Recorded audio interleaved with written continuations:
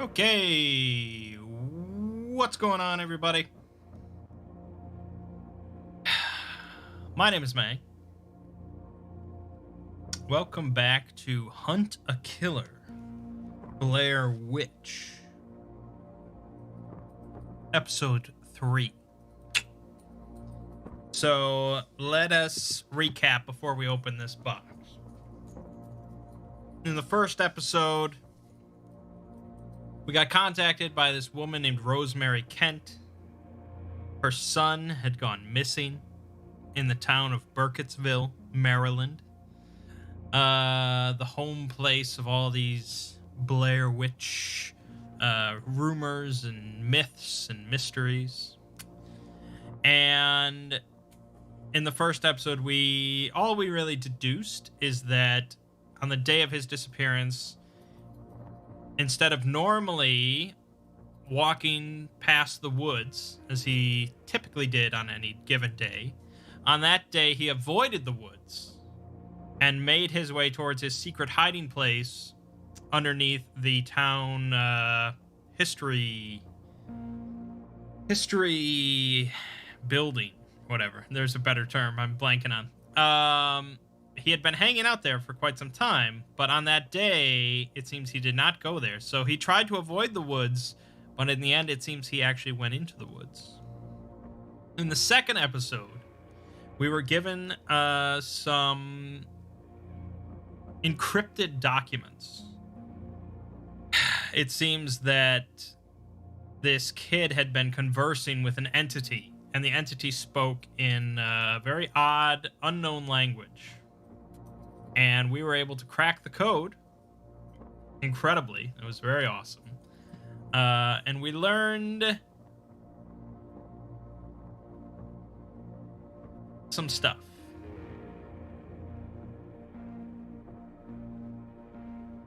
It says I'm dropping a lot of frames. Maybe that was just temporary, or... No, it still says I'm dropping frames. I don't know why. I'm not doing anything.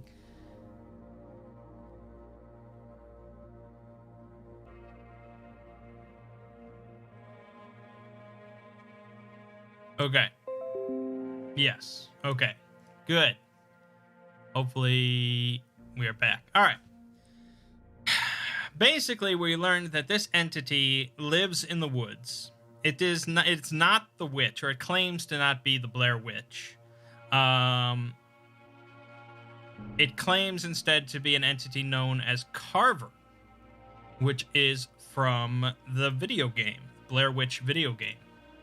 And I said in the last episode that if you had not played through the game or had not looked into the game and you were worried about spoilers about Carver, I said you had until this episode to learn that on your own. But now I gotta explain Carver a little bit. So in the Blair Witch game, you play a guy named, I want to say something Ellis, or... Was it Ellis? Blair, let me see. Yeah, Ellis. Okay, yeah, you play a guy named Ellis, a former police officer who joins up with this volunteer force to search the Black Hills forest for this missing kid. Obviously, that's a very common theme in the Blair Witch universe. And a lot of strange things happen to this guy throughout the game.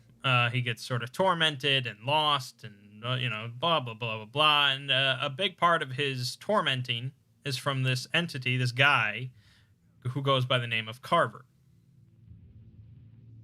Carver sort of takes responsibility for kidnapping the kid and blah, blah, blah on behalf of the witch. And Carver commits some murders, and he's a pretty dark figure. But towards the end of the game, it's revealed that Carver is in fact Ellis.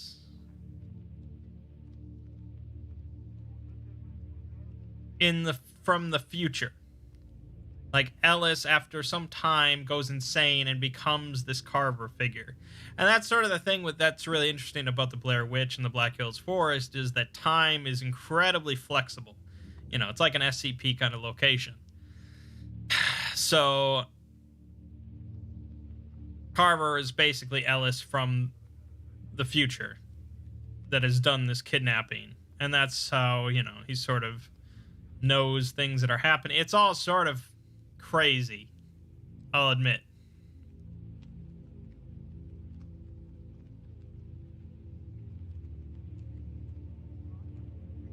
But yeah, Carver is basically entirely in the hands of the Blair Witch. And not too good of a guy. And so then, you know, it's hard to say, like, what this game, this Hunt a Killer thing, is treating as the canon ending of Blair Witch the game. And that's why I didn't include Blair Witch the game in my video on the mythology. Is because there's different canon endings. Or there's different endings, and I don't know which one is canon. Depending on the ending, either Ellis kills Carver, or Ellis lets Carver kill him. And if he kills Carver, then he becomes Carver anyway. You know, I don't know. Obviously, it all sort of repeats. And then it's, you know, there's different endings on whether or not the kid is actually recovered, or if he was killed at some point by Carver. So, I don't know. I don't know what this game is treating as canon, but it probably isn't that important. So this Carver figure has been communicating with our missing lad. And this guy's in the woods. And I don't know how much we can do because we're not in the woods. But we're going to find out.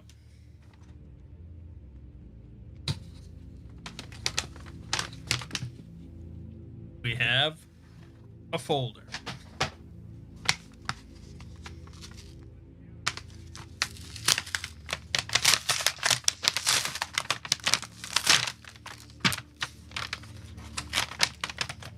Ooh, we got a prop.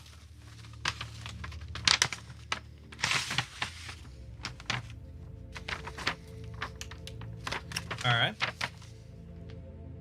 We have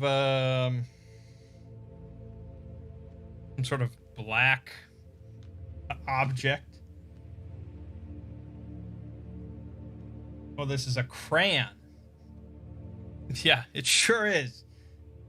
Yeah, this is the weirdest crayon I've ever seen in my life. This is pure, unadulterated crayon.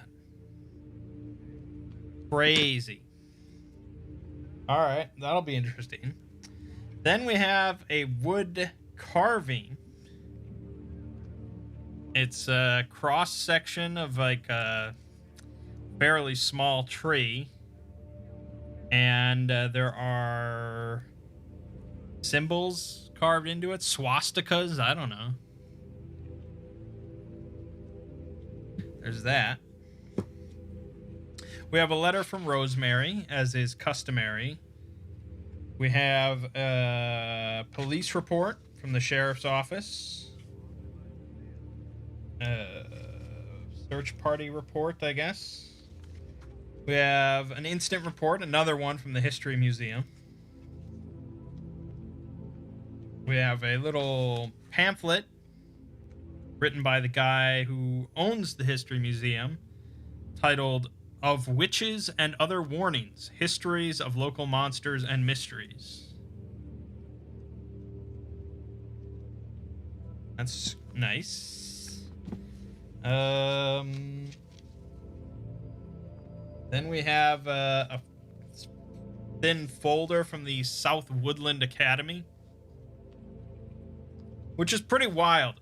No school I ever went to had their own, like, personalized, like, labeled kind of custom folders like this.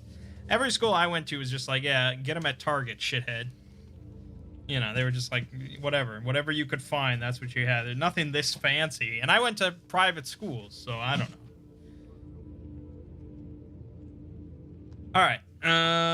Here we have a letter from Carver, which includes more of the wonderful encrypted text. So we'll get to decrypt that. And we have a disciplinary action notice from the school about Liam Kent. We have a drawing. We got a lot of stuff here. Nice little drawing. And finally, we have a letter or something, which seems to be written by Liam. So, plenty of things to dive into, no doubt about it. Let's start with the letter from Rosemary, as usual.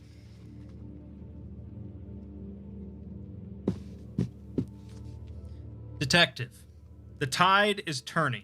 The search parties have resumed, and I know I have you to thank. When Sheriff Lanning decided to end them a few months back, I told him he was wrong to stop looking, and now he's finally admitted that he made the wrong call. If we'd been searching for all this time, I'm sure that we would have already found Liam by now. But I'm not going to allow myself to get wrapped up thinking about all that wasted time when there's this much work to do. Despite the setbacks and challenges, we're still making good progress. Great progress, actually. We found some more of Liam's things. I swear we'd searched by the old creek a dozen times already, but when I heard one of the volunteers shout, I went running over, and there they were. I recognized his handwriting immediately. He was there at some point. Looks like he was trying to hide some trouble he got into at school. That poor boy was going through so much, and I never even knew about half of it. There were other things we found sitting right alongside those papers of his that made no sense at all. Anthony recognized a book that went missing from the museum less than a week ago. How could that have possibly been with the rest of Liam's belongings? There was another thing we found out there too, something I wish we hadn't. A message from Carver. It was addressed to me. In that note, he mentions taking something else, as if he hasn't already taken enough. There's no denying it's been taxing, and not just for me either. For a lot of the folks here in Burkittsville, this isn't their first search party, not by a long shot. Most people refuse to set foot into the forest, and the ones who are willing to head inside usually end up turning their own paranoia into a self-fulfilling prophecy. Take a look at the search party reports, and you'll see what I mean. People let their eyes play tricks on them out there. The blame for that doesn't rest entirely on them.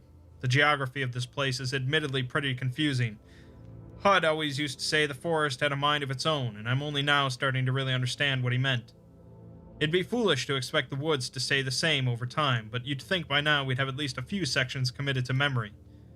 No, somehow it always feels like you're walking into the unknown. Tank has been a huge help, though. Even when we think we've reached a dead end, that dog is urging us forward, toward my son and the man who took him away from me. What Carver wrote to me makes my blood boil every time I so much as think about it. That arrogant son of a bitch thinks that he can tear my life away from me and rub it in my face. But maybe this is him becoming overly confident. From what I understand, criminals tend to do that just before they get caught. Maybe, if we find out exactly what he's planning on doing next, we can set some sort of trap for him, or at least prevent whatever it is that he's going to try to do. If you're able to find out what it is that Carver wants, let me know using the tip line. Current password is branches12. He's still out there. I can feel it. Rosemary. Alright, Carver wants something. We will get to the bottom of it. I guarantee it. Alright, let's read the search reports from the sheriff's office. We have 2 of them, I believe.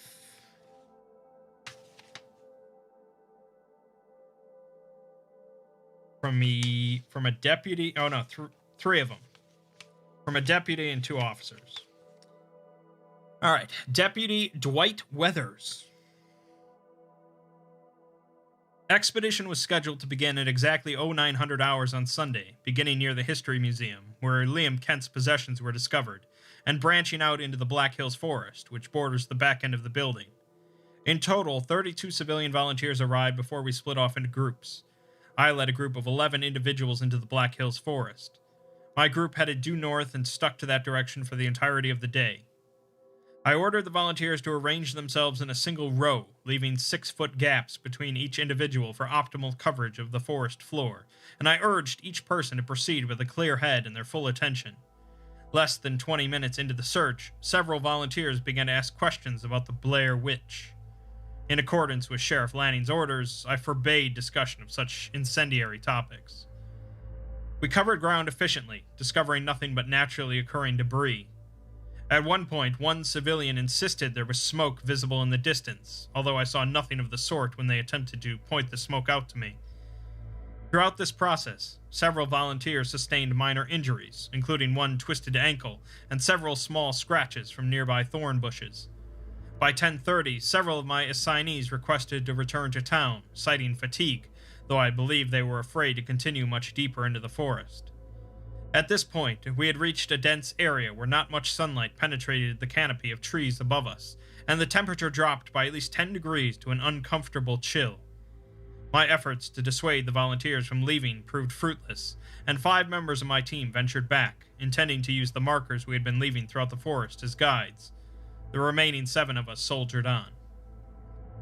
I allowed my volunteers to break for lunch in a small hollow at 1200 hours. At this point, I could sense morale was especially low, and while I blamed the general lack of wilderness preparation, 2 of my volunteers wore dress shoes, I nevertheless did my level best to offer comfort. It was during this break, at around 12:15, that my group heard the sound of a woman screaming. It was difficult to determine the precise direction from which the scream had come, as the sound echoed through the clearing and seemed to emanate from all directions simultaneously.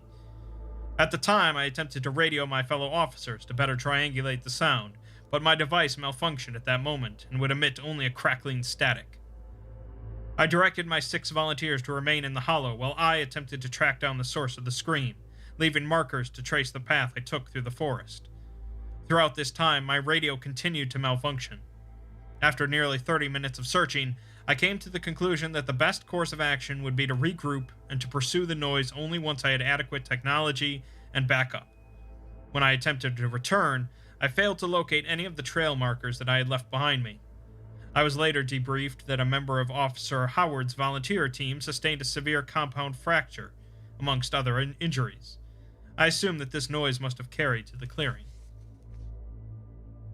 It took me almost 3 hours to find my way back to the hollow and my 6 volunteers, who were in the middle of a screaming fight with one another about how best to proceed, had I abandoned them, or if some terrible fate had befallen me.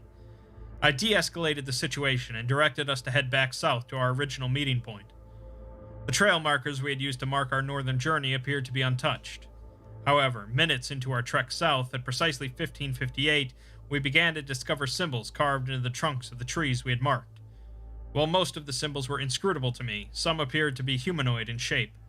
I would have taken photographs of them, but I realized I did not have my camera with me, and that I must have left it at the hollow. At this point, I lost control of my team. I attempted to regain control of the situation and instill an air of calm, but this effort was defeated by one volunteer, who began frantically claiming she saw someone watching us through the trees. Neither I nor the other 5 volunteers saw what she had seen, but nevertheless we proceeded south on high alert. My party exited the woods just before nightfall, at 17:22.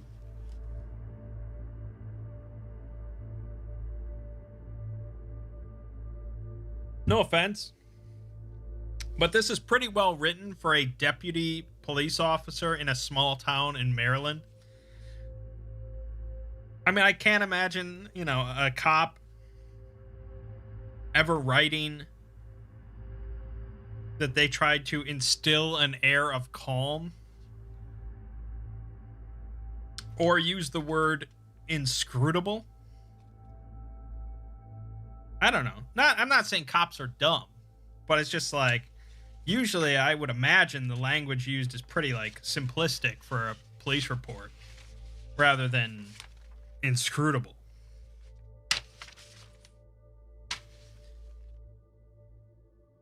Okay. Officer Michelle Howard. I connected with my 11 volunteers at 0900 on the dot and established our manner of approach. Should anyone come across any personal effect or sign of human activity in the forest, they were to immediately notify me. Several members of my group expressed concern with venturing into the Black Hills forest, and I did my best to calm their nerves despite being slightly on edge myself. Deputy Weathers was already on site and did little to ease the tension. I confirmed that each person was equipped with adequate supplies: whistles to get my attention, bottles of water, visibility vests, flashlights, evidence bags, and flags to mark any places of discovery or interest. We established the back of the History Museum as our starting point and headed east from there. Our group progressed for about an hour, eventually coming to the creek that had already been the subject of several prior searches for Liam Kent. It was when we attempted to pass over this creek at approximately 10:05 that an injury occurred. One volunteer slipped down a steep embankment, falling into the creek itself. I was able to recover her, but it was immediately clear that she had become gravely injured. Several inches of the bone of her right forearm was exposed, and she was bleeding heavily from a long gash in her head. I dressed the volunteer's injuries as best I could with the medical supplies I had on hand and attempted to radio for medical backup, but my radio began to malfunction. Several of my volunteers attempted to call medical services from their phones, but none of them were able to get a signal that far into the forest. As I was reluctant to split up my group for fear of individuals becoming lost, I felt there was no option but to attempt to escort the volunteer back to our meeting point on foot and contact medical services from the radio in my vehicle. The injured volunteer became groggy and unfocused at this point, mumbling nonsensical phrases under her breath.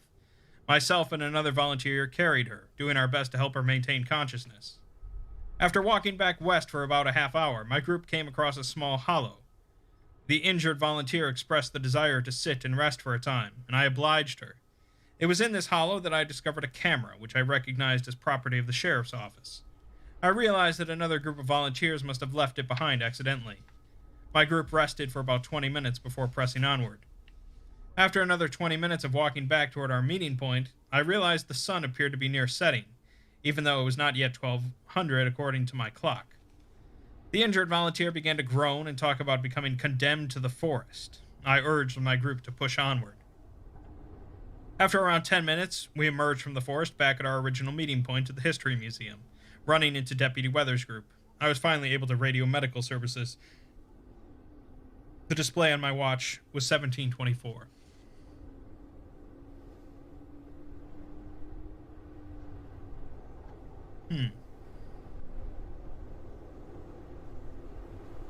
Okay.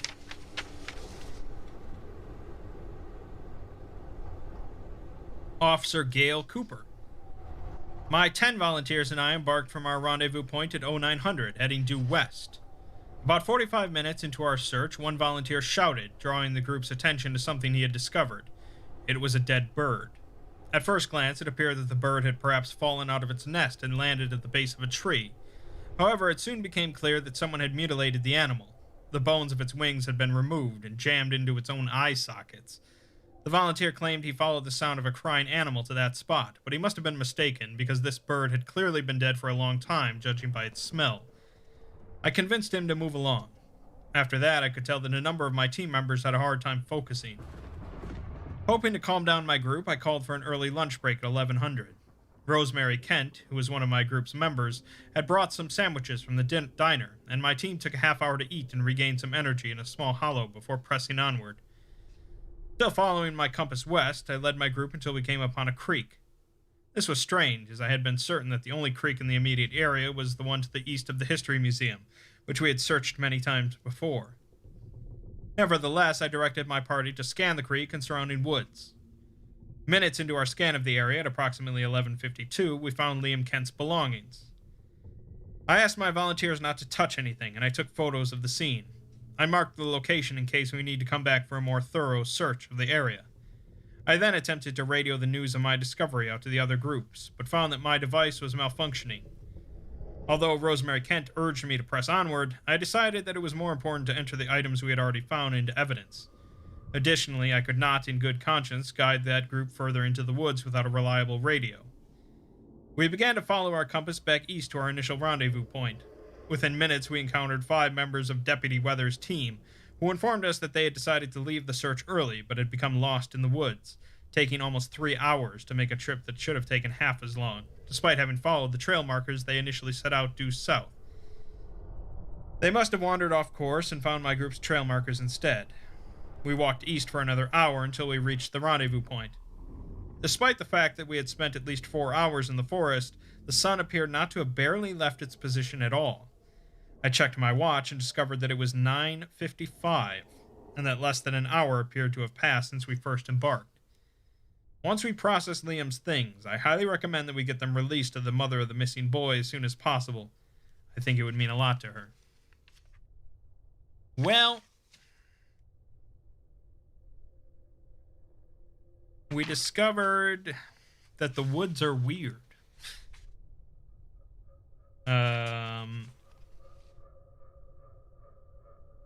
But, you know, it was a daytime search. None of them stayed overnight. So I don't know. Perhaps we'll be able to glean something else from that later, but seems more just like narrative filler. Okay, the Burkittsville History Museum Incident Report, reported by Anthony Rapinoe.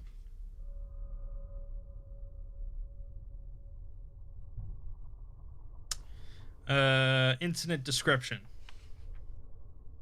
I know this incident has already been deemed unworthy of report, but I need it on the record. Over the past several days, I've been finding the museum's one copy of Witches and Other Warnings where it shouldn't be. At first, it was on the floor near its shelf, where it easily could have fallen if not shelved correctly. A few hours after I put it back, however, I found it on the floor of my office, then on top of my desk. Each time it's shown up out of place, I've reshelved it in its proper position. Just now, when I stepped away from my desk for less than a minute, I came back to find it on my desk and opened to the poem about the towering man. I have no idea who could be moving it. We've seen very little foot traffic in the past few days, and none whatsoever today. No matter how you look at the situation, we've got one of three things on our hands: a carbon monoxide leak, a truly masterful prankster, or a case of supernatural interference. Another update. I just looked up from writing this report, and the book is gone. I'm closing the place up early today. Alright. So someone is very interested in this book, and they want this to be noticed. Specifically the poem about the towering man. So let's crack this bad boy open. Now, this book was put together. We use the term book very loosely here, alright? But this book was put together by Anthony Rapinoe of the History Museum. Preface. As a lifelong resident of Burkittsville, Maryland, I sometimes have a difficult time describing the undeniable strangeness and power of this remote place to outsiders. There have been many people, both locals and tourists, who call those who believe there to be a kernel of truth in the region's legends crazy or paranoid. However, I contest that it is not uncommon for places with grim and storied histories to take on a certain life of their own. If any place on this earth is alive, it's this one, and if these stories prove anything, it's that I'm hardly the first person to think so. In the following pages, I have compiled a number of tales and poems that have been passed down throughout the years, all centering around the strange creatures that have been sighted in the area surrounding Burkittsville, formerly Blair, and the nearby Black Hills Forest. I have included a short introduction to each of these tales, contextualizing the material. I have also taken the liberty of modernizing some of the language utilized in older accounts for the benefit of the contemporary reader. Without further ado, I present to you a series of tales that will hopefully open your eyes to the unseen. Alright. We have got some tales here, man. We have 4 of them. 4 of them. And they're not that short.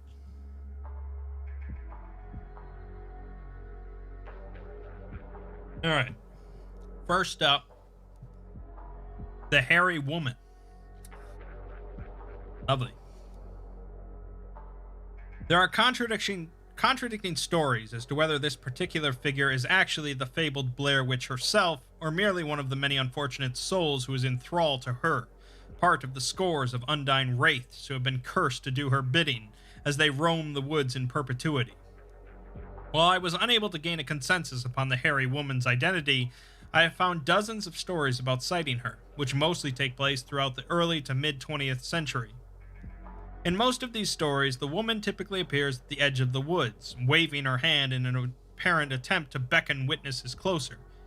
She often stays at a distance, close enough for people to spot the hair covering her body, but far enough away that they cannot discern the features of her face. Below, I have included the account of a young roofer named Timothy O'Leary. Timothy's family moved to Burkittsville in the summer of 1921, when he was just 17 years old. Within months, he had taken up carpentry and other handiwork alongside his older brother Peter.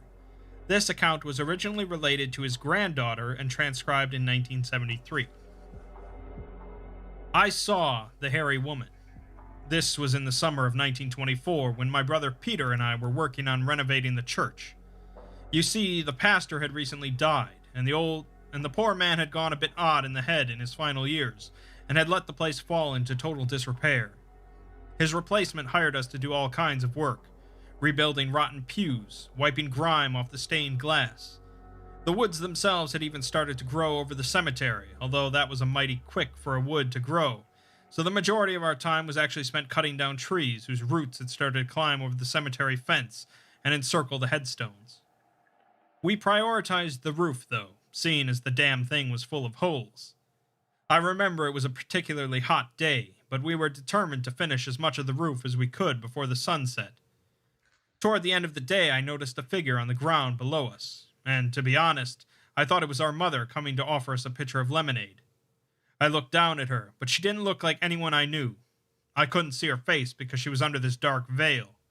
I turned to my brother to ask if he recognized her, but when he looked, he didn't see anyone down there, and when I looked again, neither did I.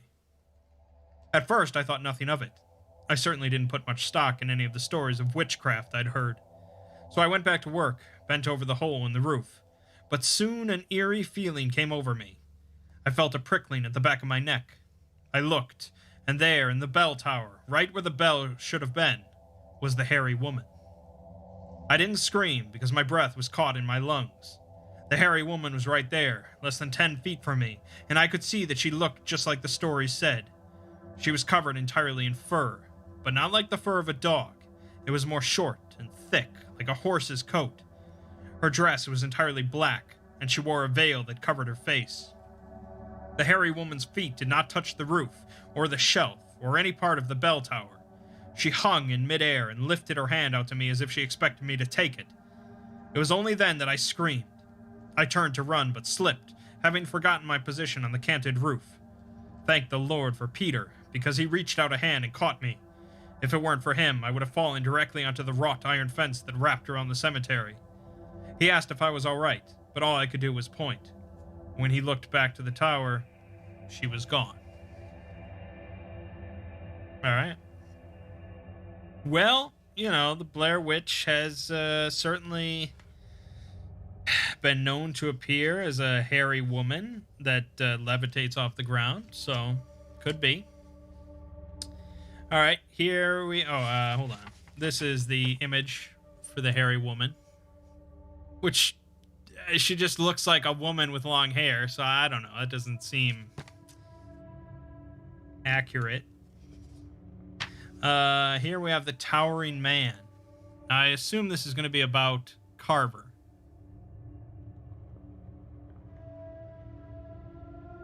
Okay.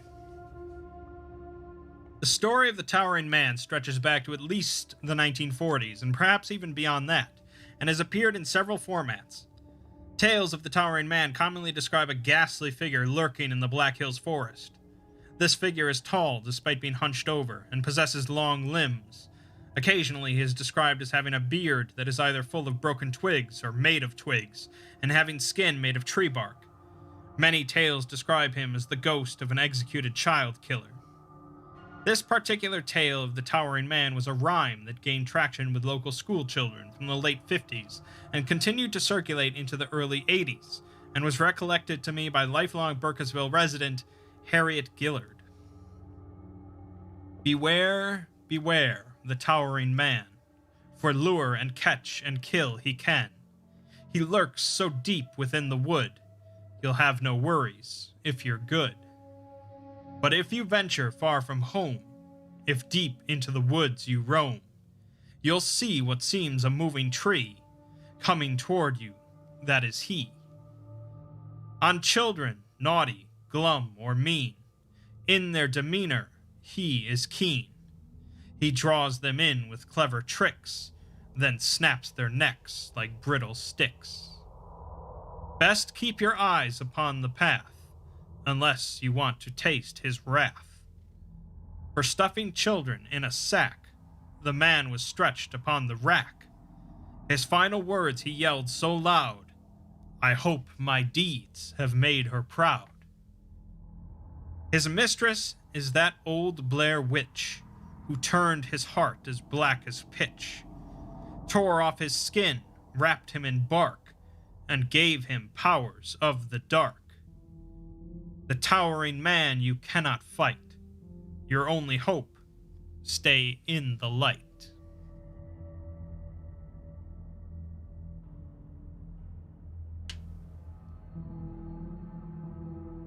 Is the Blair Witch reboot canon with this game? You mean the film?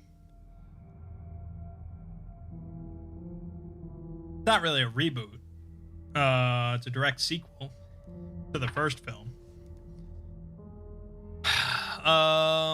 Has this game mentioned the film at all?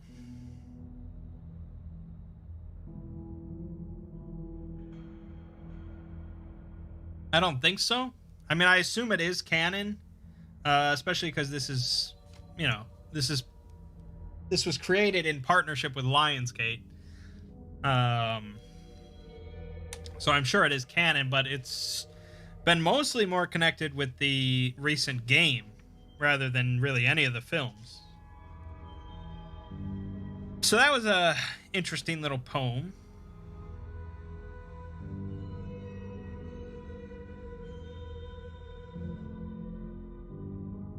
New haircut? No, I need a haircut.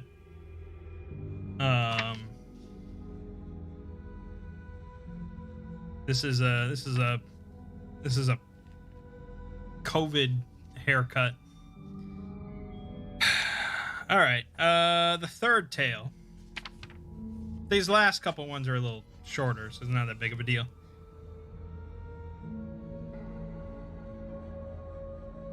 All right, number 3, the lights. While most of the tales I've encountered seem primarily concerned with the woods, with figures such as the Blair Witch and the tangled web of her many victims and servants, this legend seems to cite something more ephemeral. The so-called lights occasionally witnessed in Burkittsville woods have been reported only a handful of times over the past several centuries.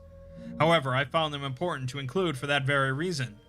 The rarity of these sightings makes them all the more crucial to evaluate and preserve. The following poem was written by William Robertson. Robertson was a renowned Boston-born poet who first came to live in Burkittsville over the winter of 1827, to spend time with his ailing cousin and complete the manuscript of a book of original poetry. Unfortunately, that book never saw the light of day, as Robertson succumbed to a medical condition that was likely dementia shortly after leaving Burkittsville and returning to Boston. He was relegated to a sanatorium until his death. While his various written works survived him for quite some time, much of Robertson's material was lost during a recent fire in the Burkittsville History Museum. This is his account of the lights.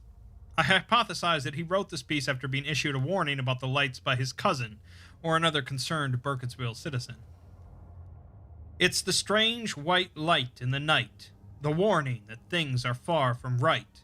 Whether fire glow or something more, best stay inside and shut your door. Even if things seem like they're spinning about, steel yourself and don't go out. Simply close your eyes and hold on tight, and pray that you escape the light. Now, one thing of interest, since you mentioned the recent movie, towards the end of the film, when they go into Rustin Parr's cabin and they go upstairs, there's a scene where there's these bright lights flashing around the cabin, and it's not really explained at all what that is. The best hypothesis that I've heard is that was time catching up for them, or something like that. It was some sort of like time warp. So it was like flashing by like daylight into night, like over and over, or something like that. But yeah, I don't know. It's interesting. Yeah, I did the Yule Man. I was actually like the first SCP YouTuber to do the Yule Man. I did the Yule Man before it became hip. All right, last little tale here in this book about the pale thing. Ooh.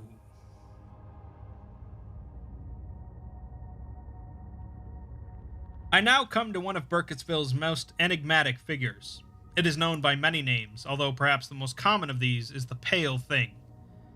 This particular recollection of the Pale Thing is particularly close to my heart, as it comes from none other than a family member of mine. Giovanni Rapinoe moved to Maryland to work at a local sawmill shortly after he immigrated to the United States in 1949, and would often regale me with tales of the strange and unusual sights he saw while spending his days working in the Black Hills Forest. My grandfather remains alive to this day, but has since moved on from Maryland to a retirement community in Miami.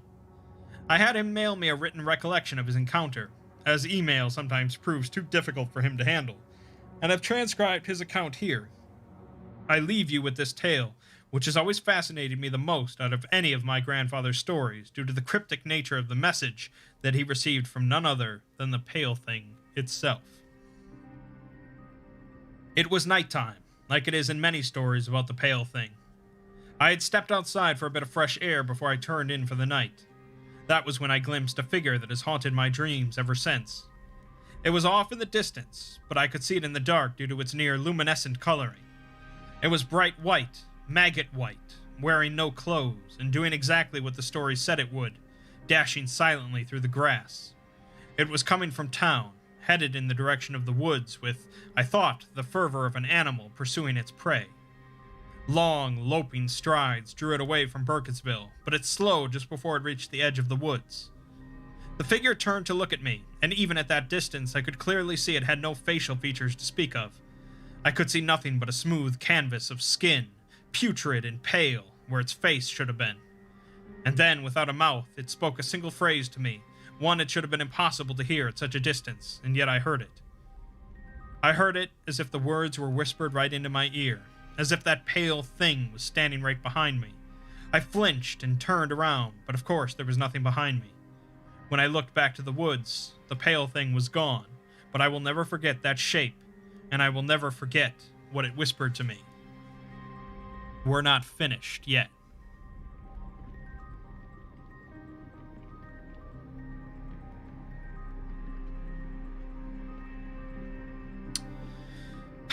When reading horror literature, what do I find the most appealing elements?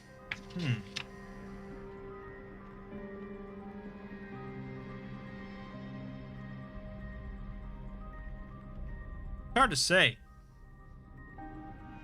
Sort of just like growing sense of dread, you know.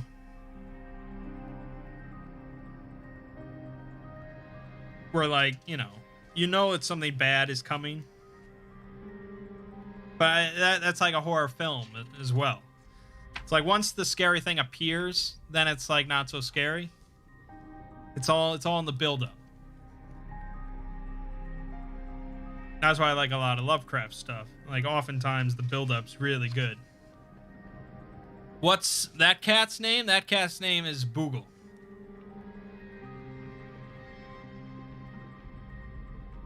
Could this pale thing be the creature that chased them in the movie's climax? Isn't that confirmed to just be the Blair Witch?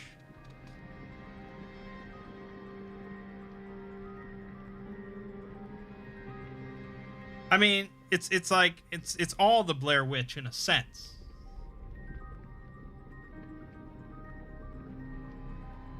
Whether it's her manifesting in different forms or her using servants of different kind. But all right, that was an interesting little section of tales. I like that. Let's pop open the school folder. Let's look at this disciplinary action notice. Student name Liam Kent, teacher Megan Prince. Reasons for discipline: violence. Liam was caught attacking another student on school grounds about an hour after classes had ended for the day. Liam was straddling the other boy and clawing at his face. Liam's brother, who Liam was about to walk home from school, was present for the altercation and was begging his older brother to stop. Liam kept shouting, "Shut up, skunk." Fight was broken up by a faculty member. No reason for the altercation was given by either of the boys. They held a conference with the student. Student was recommended to be placed on probation. I don't have a date for this, so I don't know when exactly this happened, but okay. So he was getting violent. Let's go on to Liam's letter that he's left behind that was found with his belongings. I don't know if anyone's ever going to find this. If they do, I guess it might be on my body. But bodies go unrecovered in these woods all the time. My name is Liam. Please tell my mom and brother that I'm sorry. I thought that I was going to bring us all back together, but I was wrong. He said he'd bring me to my dad, but all we've done for what feels like days is walked deeper into the forest. There aren't any birds or deer. There's only Carver. I can't remember the last time I ate, but I don't feel hungry. Empty, but not hungry. We've been walking in circles. I miss Mom. I miss my brother. I miss Tank. I don't like the way he looks at me, like he knows everything about me. Sometimes he laughs at nothing. Twice he's told me to keep it down, like he was listening to something I didn't say out loud. When I ask him about Dad, he laughs. Mostly he insists we're making progress, but that's insane. He's insane. We reached a clearing with a hollow stump in the middle, surrounded by carvings. He made a fire. I stay near it to stay warm, but I never look into the fire. I see terrible things when I look into it. We haven't moved from this spot in a long time. I don't know what we're waiting for, and he doesn't answer my questions. Sometimes he leaves for hours at a time. I never know he's back until I hear him breathing. Sticks don't break where he walks. He disappeared again. I'm going to make a run for it. I can sometimes see the North Star in the sky. If I head away from it, I should be able to get back to town. It's so dark and so cold, and I'm so tired. I don't know how long I've been out here, but I can't sleep. I'm too scared.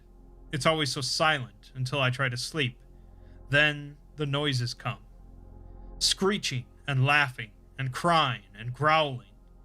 Just have to keep moving. I could swear that I've been going south for days without veering off course once, but I ended up back at the hollow just the same. He was waiting for me there. He looked up from the fire and laughed at me. Tried to run again. He said stop, and I stopped. I didn't want to, but my body just listened. He finally told me what he wants. I guess he told me before. I guess he told me before I ever followed him into here, but I just didn't listen. I want to throw up, but there's nothing in my stomach. Gotta be careful what I leave lying around. I'm using everything Dad taught me.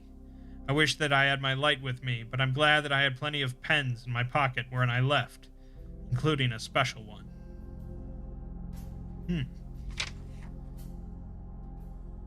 Special pen.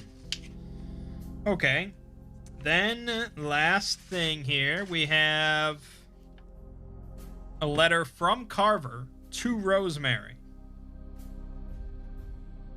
Rosemary, I know you've been dying to find me. I can feel you begging in your sleep. I watch you cry like a pathetic child when you think there's nobody around. Keep trying to find me. It's delicious to watch you stumble around the woods. You don't know it yet, but you're gonna die oh so terribly, terribly alone. I will take what she asks for, and you cannot stop me. We are not finished yet. Carver. And then there's some good old, funky language that I have to translate.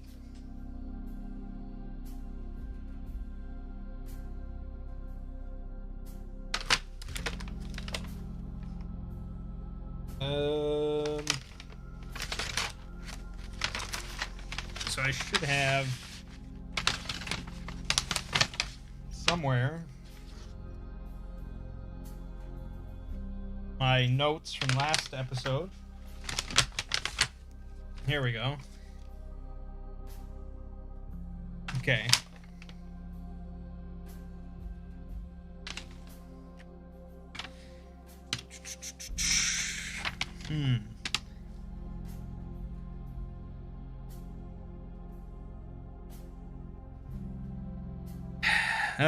F.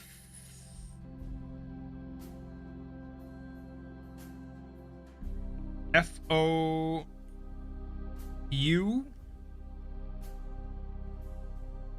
I assume this is an R.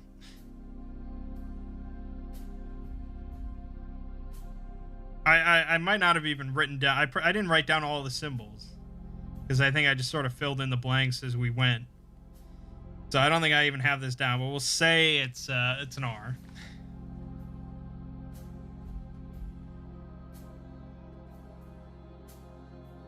Oh yeah, I think it is an R. Okay, F-O-U-R. O.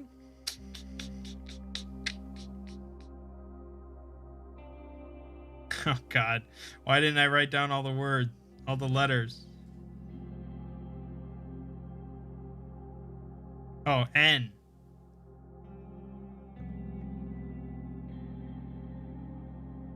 Okay. E. 4-1 is the first line. I guess I should write on this paper, although I kind of feel bad about it.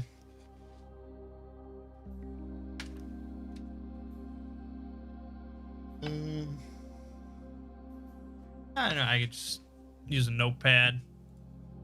This is the future. We can do stuff like that. Okay. 4-1. Then 4.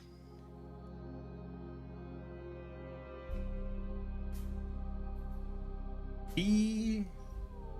W. Oh, 4-2. 4-2 is the second line.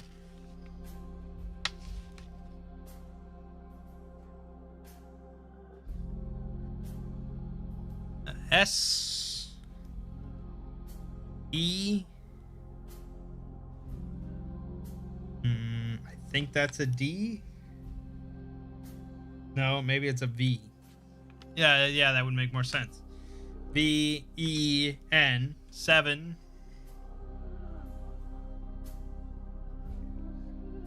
F-I-V-E.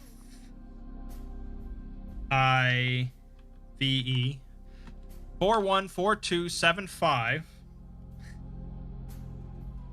Okay, if these are, I think these are all numbers, so it shouldn't be that much trouble. Although this is a F-O...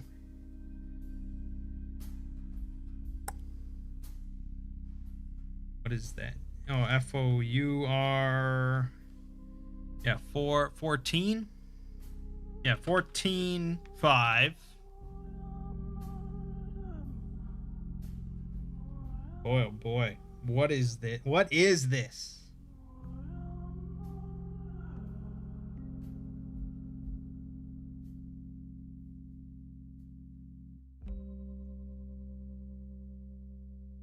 I'm not even sure what letter this is.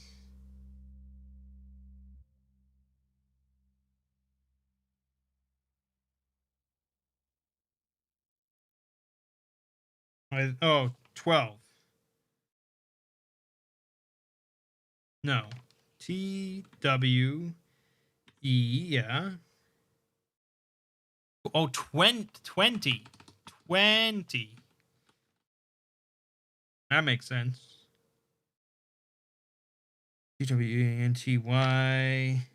Okay, 22. 22. 5.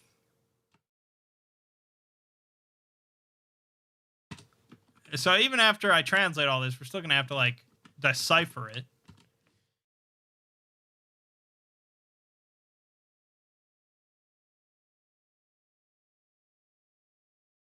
S E B 7.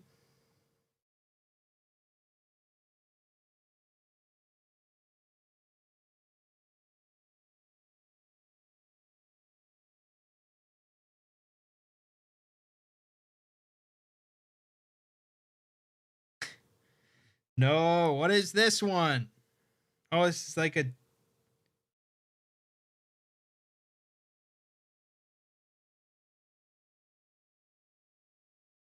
Okay, well, I don't.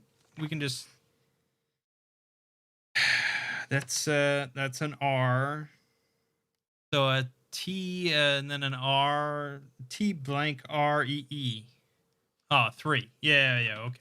7-3. We're like halfway for this through this thrilling section.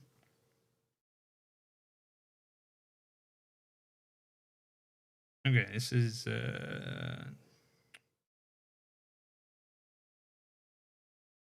TWE. No, that can't be right. 20. 20 again. 20. 23.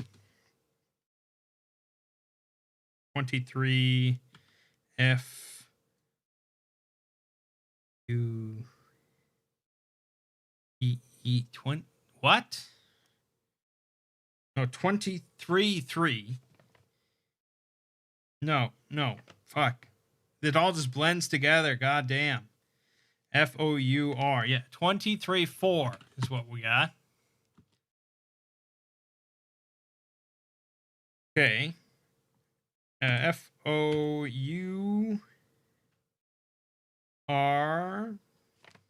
This is 14.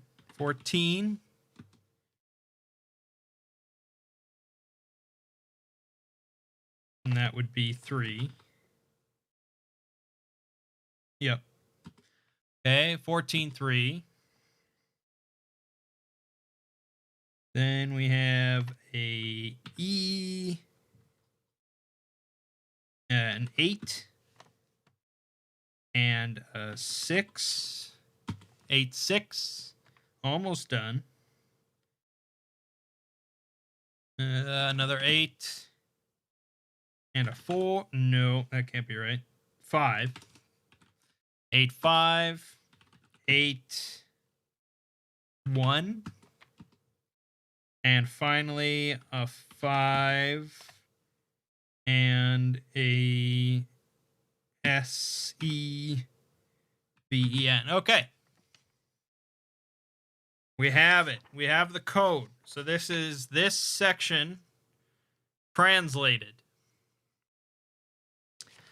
4-1, 4-2, 7-5, 14-5, 22-5, 7-3, 23-4, 14-3, 8-6, 8-5, 8-1, 5-7. Now, my first thought is that these correspond to letters of the alphabet because none of them go over 26. So let's let me look up the alphabet because it's been a while since I've looked at that.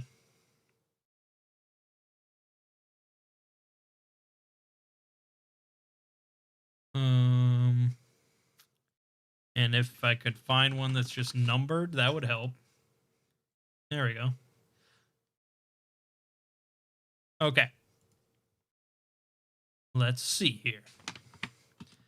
4 is D A D.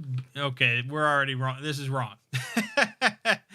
Unless the first word is dad bod. No. Okay, I was wrong. I was mistaken.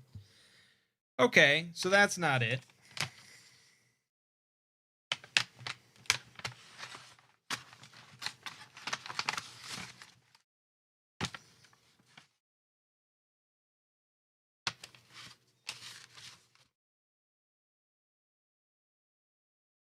So we're looking for... Well, okay. No, wait a minute. It still could be that. Maybe just numerically or vertically oriented. Let me look back at that. Let's see. I'm doing it vertically. We had... No, that's not it. That would be DD. That can't be right.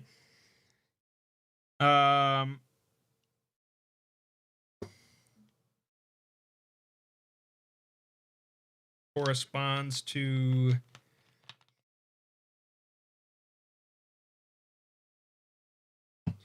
Okay, well, perhaps corresponds to something with this poem that he wanted us to see. Hold on.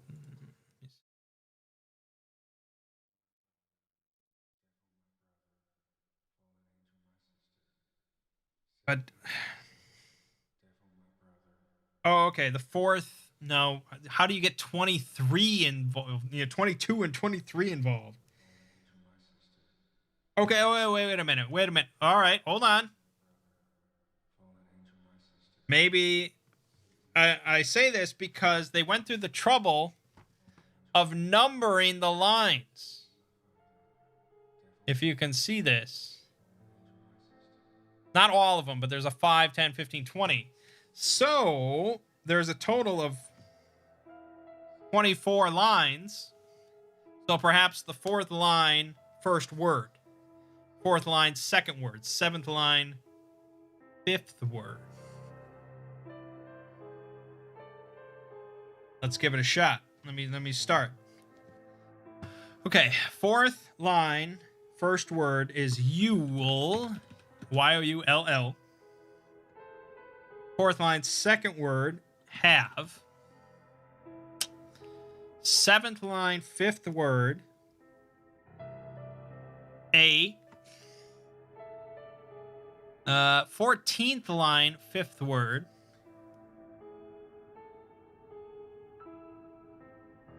taste. You'll have a taste. We've got something here. 22nd line, fifth word, of. All right. 7th line, third word, what? Yep. 23rd line, fourth word, you. 14th line, third word, want. 8th line, sixth word, e. 8th line, fifth word, is. 8th line, first word, coming. 5th line, seventh word, home.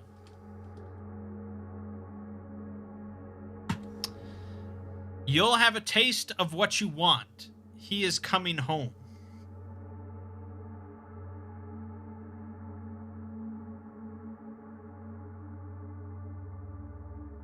I think I did it right. As for what that means.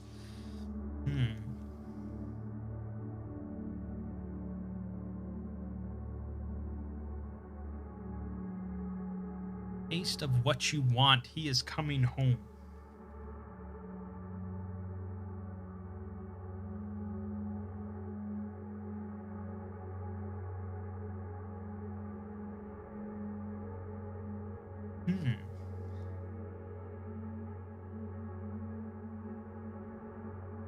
Yeah, I mean, I translated it right.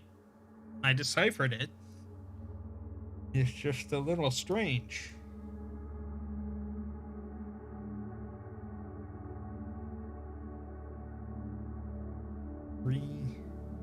Yeah, you'll have a taste of what you... Wait a minute. 7... Yeah, what you want. Yeah.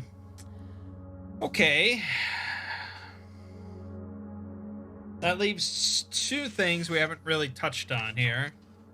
Well, the blackest crayon you've ever seen in your life. This is pure black crayon. And we have a wood carving. And we have this drawing of a tree with a hollow space in it, a hand coming out of the ground, and these sort of symbols. So I wonder how the crayon is supposed to be used here. If I'm supposed to like color in on this wood carving and something will appear. The symbols do kind of match somewhat, as you can see. So, I don't know. Do I just take the crayon to this son of a bitch?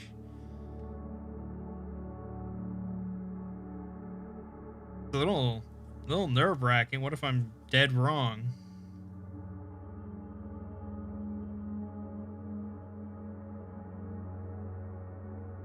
Or do I do some sort of like rubbing on this, or I don't know.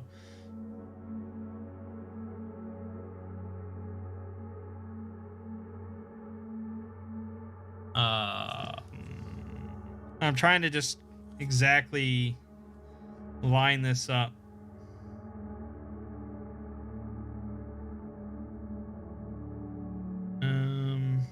Okay, but that doesn't.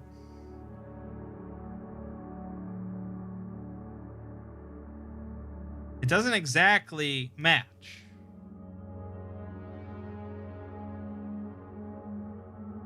Put the paper over it. It doesn't have a point for a reason. Oh, you're saying this doesn't have, right, because it's meant for rubbing. Okay. So put the paper over the wood and then just start, I mean, kind of scary.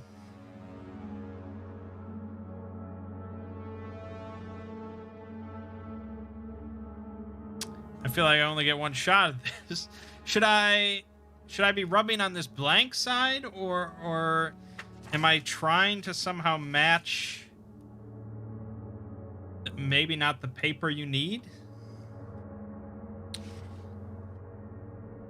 Or I need. Do I need just another paper? Okay. I guess I'll just use this one then.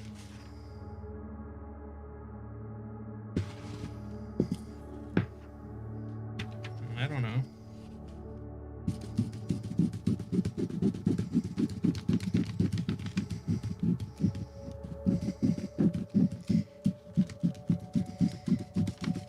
This is pretty weird, wild stuff, man.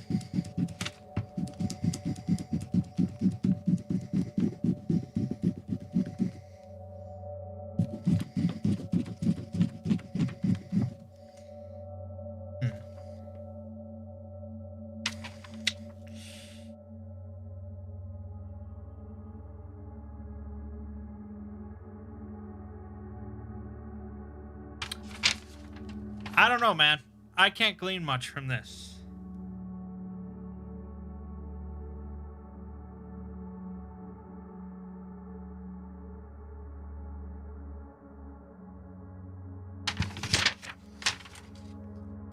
I mean, it's kind of cool, but maybe I should have done it harder, or...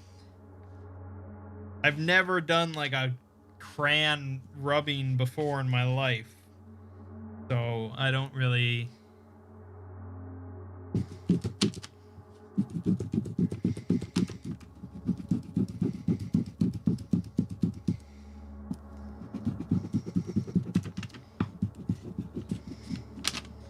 And then it's like, oh, if you fuck up and you turn the paper or something, then it's all screwy.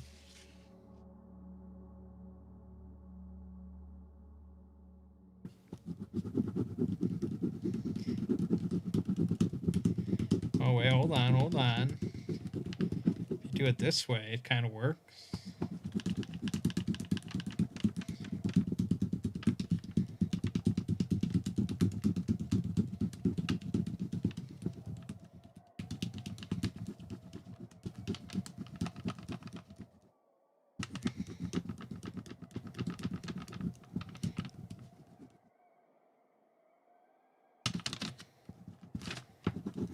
crazy, man. You're just as confused as me. Yeah, I feel like that's why I'm missing a step or something. I got a much better rubbing this time, but it still is like just nothing. You know?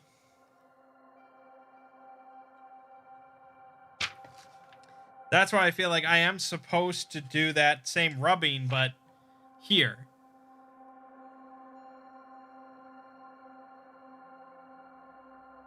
And I just gotta go for it. You know?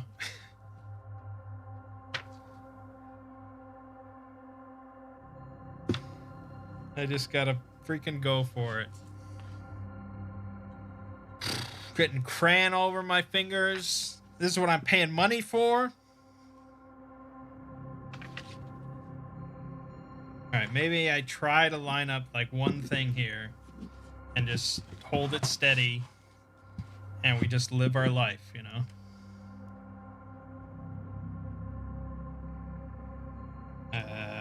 Because it kind of lines up. This one corner lines up, and that's why I feel like this could work. If I just do it right. So I wish I had somebody else to do it for me, so then I could just blame them when it goes wrong. I think this is sort of correct. We're going for it. We're going for it.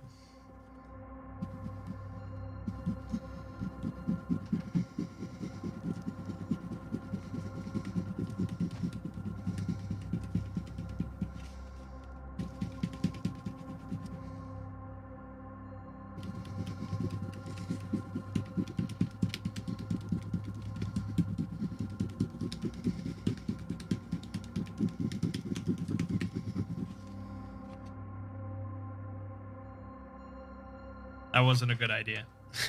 That was not a good idea, man. I think if I had thought about it for a moment longer, maybe I would have realized exactly what I was doing, which was really just covering up the original. So now we have nothing available to us. Perhaps I should have done it on the other side.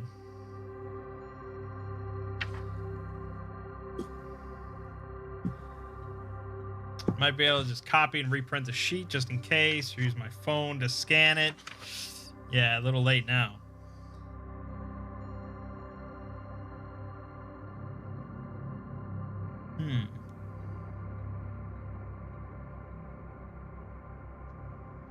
Maybe I should have... Yeah, I should have done the other side. Because now I can't even, like, really see it. Oh, sheet. That's right. I done goofed on that. Sorry, lady. I couldn't help solve the mystery of your kid's disappearance because I'm a fucking idiot.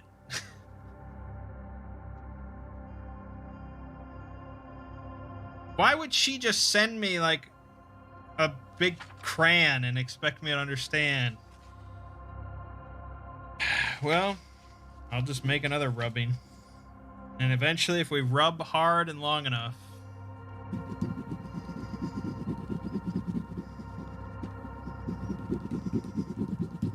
something will happen. It's kind of fun. Doing crayon rubbings is kind of fun. I can see the appeal.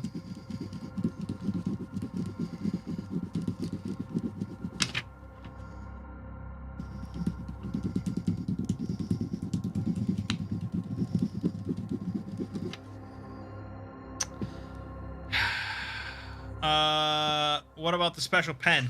Yeah, special pen. And I was thinking, like, did they ever send me a special pen? I didn't think so.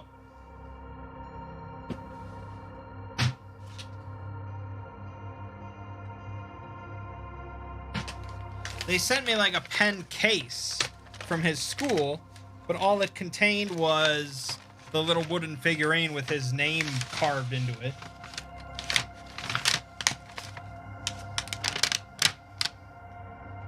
And then that was the special prop from the first one. Oh, they did! Damn it! God damn it! I had remembered this. I remembered this stupid thing. This little weird bracelet. I didn't remember the pen because we didn't do like anything with it. But this is the one with the pen light, right? There you go. Hopefully that didn't give you guys a seizure.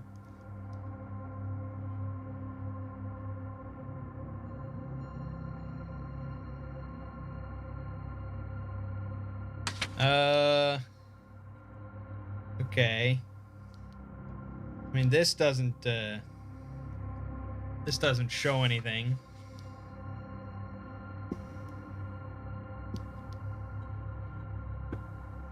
This is such a Mangg thing to do. Fuck up extraordinarily. Is that a Mangg? I guess that is a Mangg thing to do. I had some other.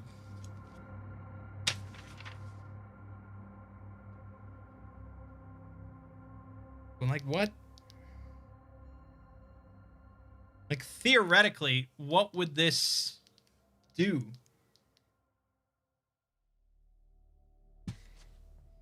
Unless there's like a message inside the pen. There's a spring and no message. What about the words in the poem? Oh, you mean shining this light on the poem, or reading the poem, or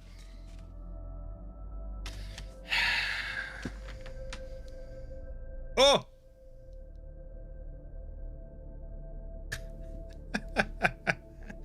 All right.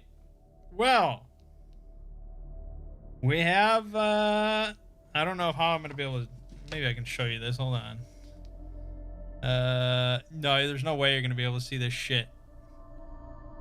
No way you're gonna be able. Maybe just there you can sort of make it out. There are like letters. There are letters in like Tetris shapes. Probably barely see that. All right, hold on. Let me go through each page here just to see.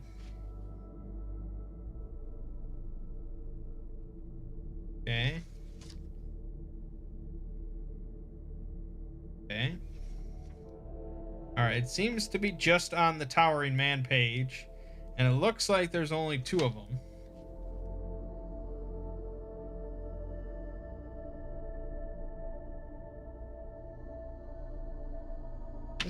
This is wild stuff, man.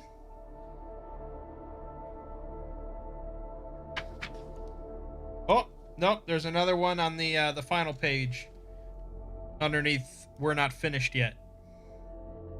Okay. Okay. Boy. Let's write down these letters.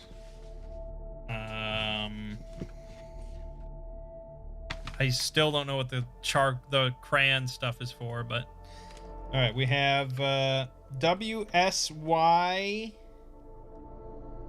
Looks like L and M.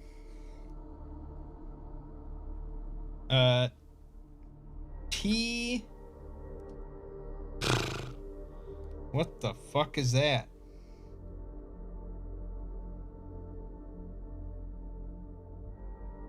I feel like some of these are the code symbols and not actually letters. Now I've lost my code cheat sheet. There's too much shit going on, man.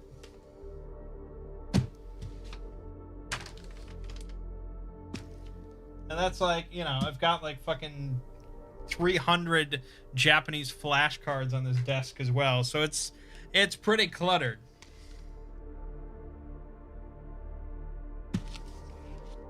Where did that go? I feel like I gotta drag this light across like every paper I've gotten throughout this entire thing. Where's the cheat sheet? Where's the cheat sheet?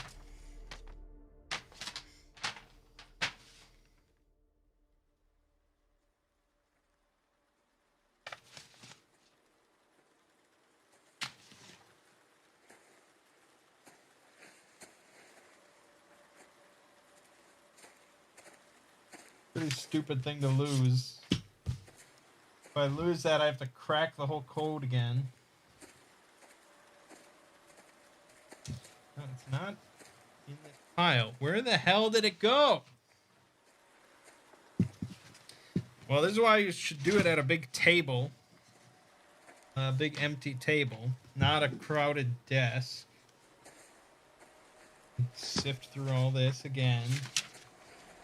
No, no, no, no, no.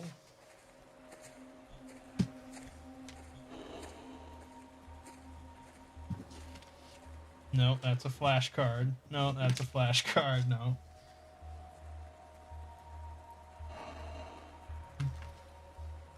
How did I lose this? Seriously.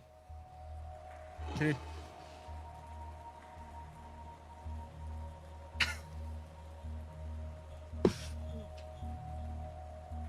Oh, maybe it slipped down in this.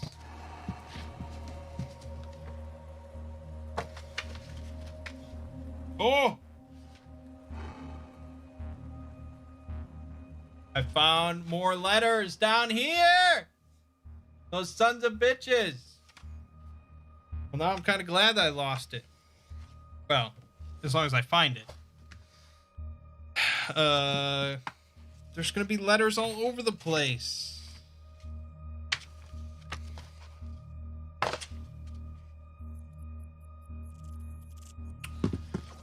But, yeah, I don't know if, like, a cat ran off with it.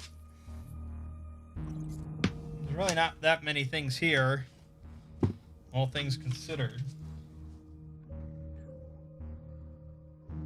Maybe I thought it was a flashcard and I threw it to the side. Or I threw it away in the last 10 minutes. Oh, I put it back into the folder, didn't I? Stupid. We're not done with that. All right. Crisis averted. Okay. Where was I? Right. So, yeah. Okay, so this looks like...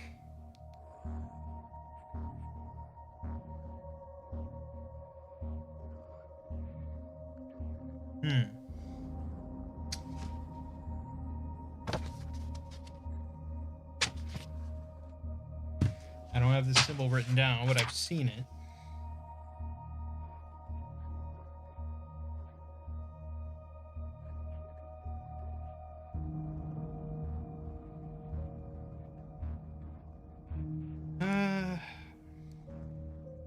It could be a T. That really doesn't...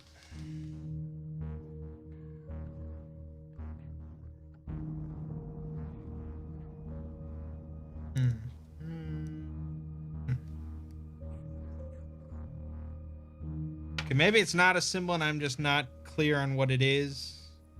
It's like a line that goes into like this little half circle. I don't know what that is.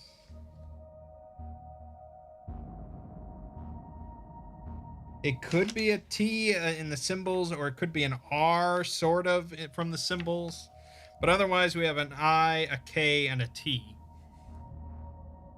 So I'll write the rest of those down.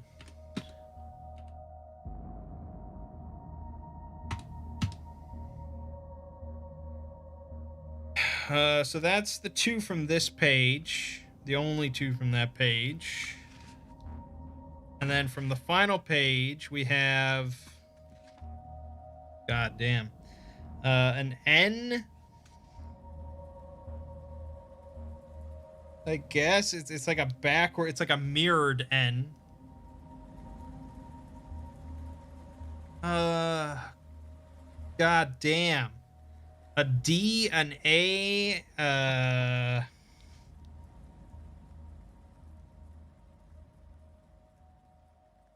don't know. Honestly, this looks like a Japanese, this looks like hiragana to me, so I don't know.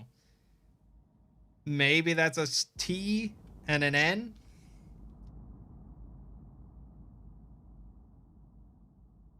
This is gibber. Like, what the fuck am I doing, man? This is like nothing. NDATN. And then, God, what the fuck are we doing?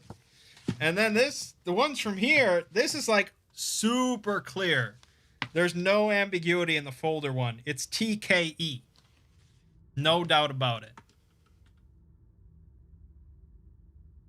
And I don't even need the pen for that one, so. Okay, let me go over the rest of the documents here with the pen light.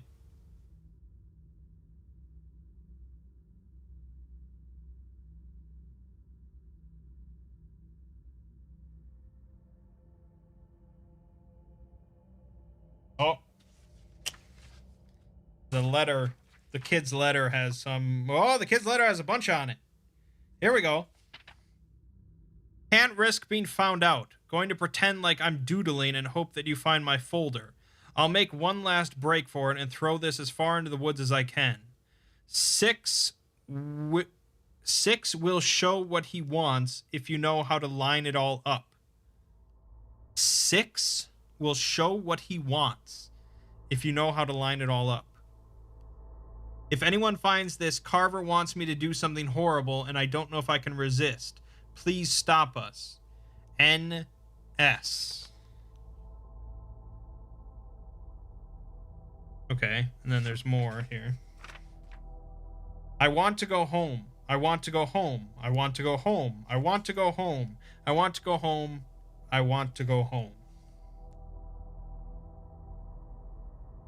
Okay, if we know how to line it up.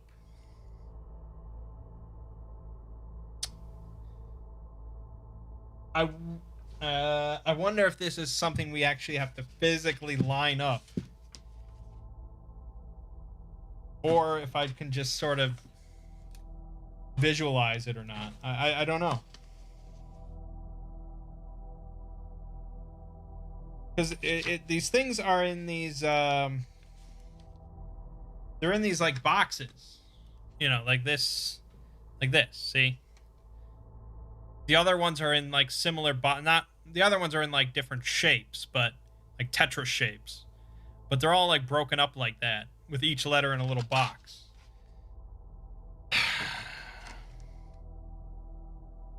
Spoiler, Mangg's gonna be possessed by the witch. I feel like I'm already possessed by the witch.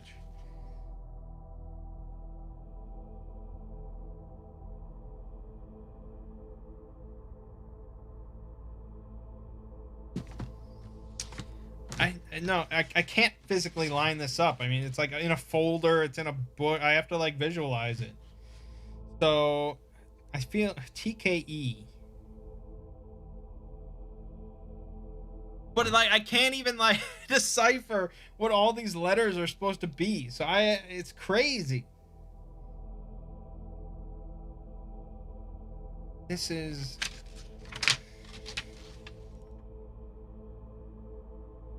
okay, this is IKT.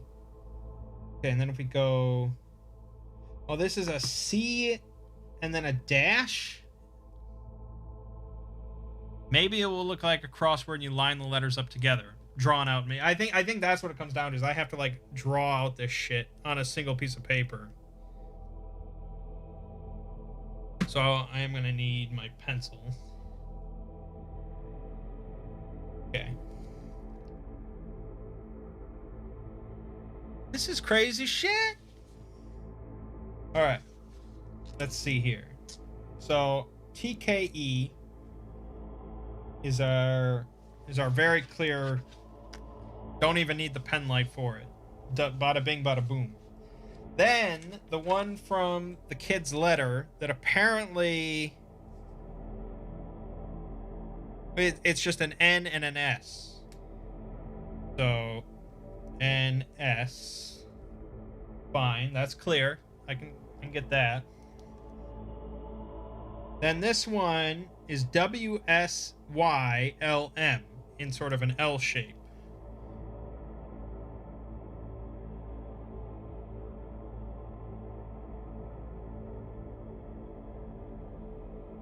And this one is backwards.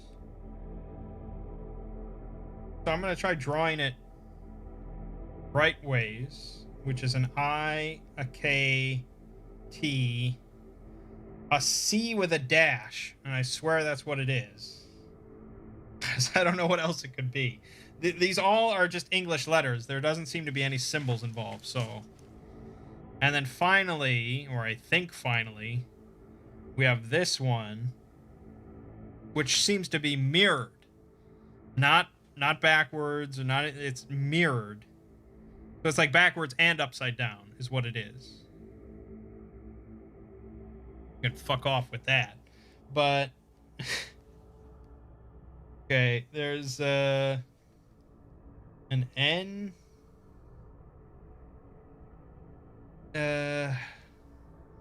This could be a T. It could be a weird C. I mean, this is, like I said, this one looks like hiragana, so I don't know. I'll put T.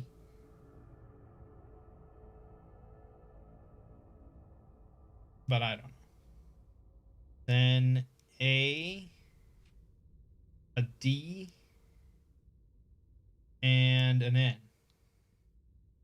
Okay, so this is basically what we have.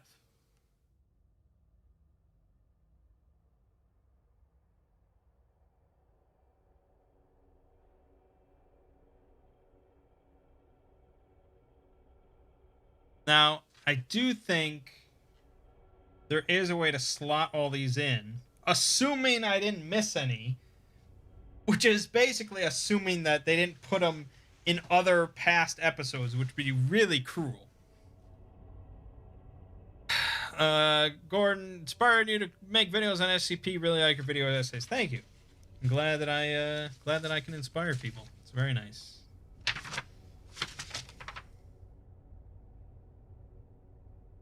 I hope that I find inspiration to solve this mystery.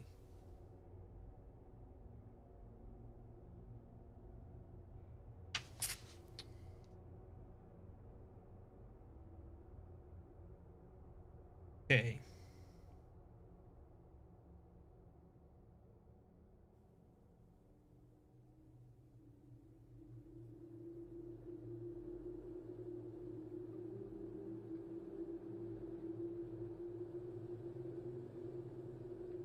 That's really my biggest worry now.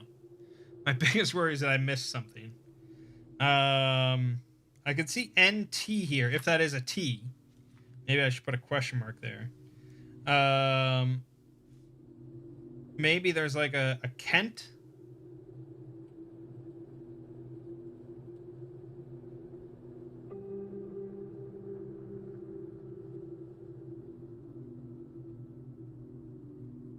I really don't even know. Check the documents of previous episodes. That's a lot of fucking documents, man. Oh, yeah, but you're right. You're right. They could do some bullshit. So.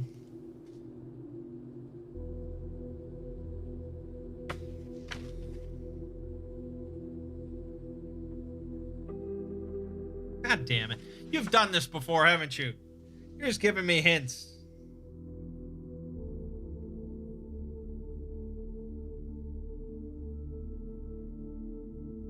All right. Oh my gosh, there's a lot of shit.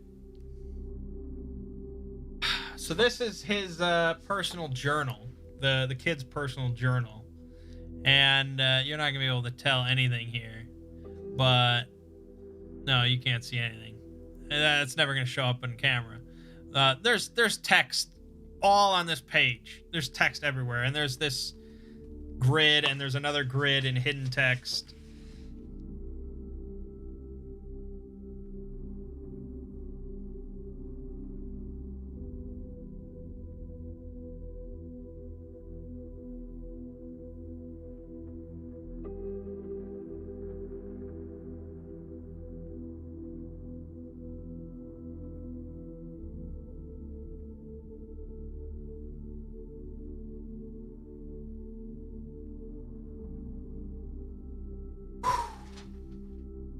Wow, this is down here on this page, there's basically another cipher that consists of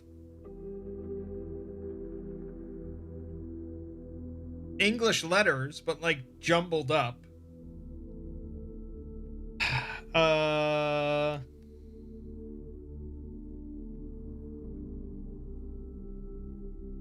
feel like I have to bust out like paint or something just to like show you.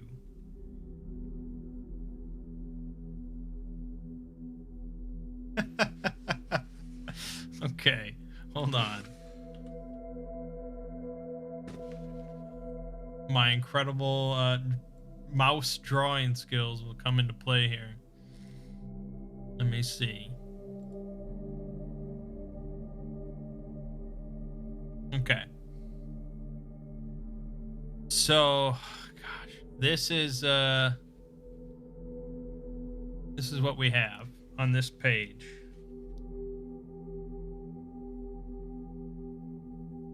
Okay, so at the top of the page, he has written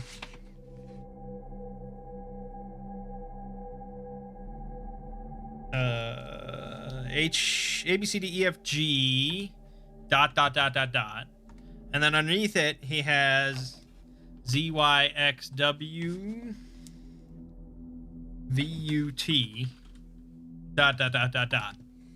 Okay, so there's that. Then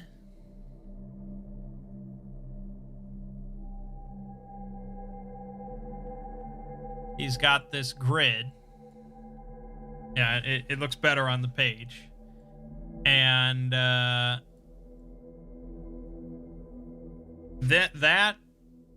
this grid and the letter A is in normal ink. And then in this special ink, he's got the other letters.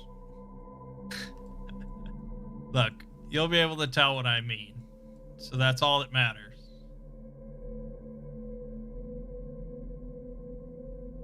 Okay, so that's that. And then next to it is another grid, also in invisible ink. Here, he's got some more letters.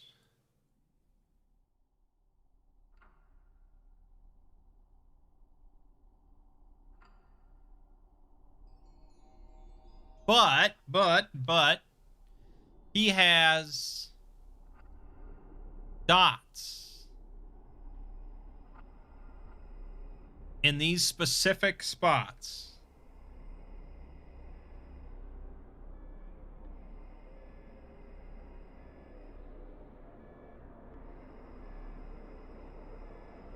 Well, I'm sure it's a cipher. We had to deal with that shit last time. But cracking it is interesting. So he's got that. Then, underneath that shit,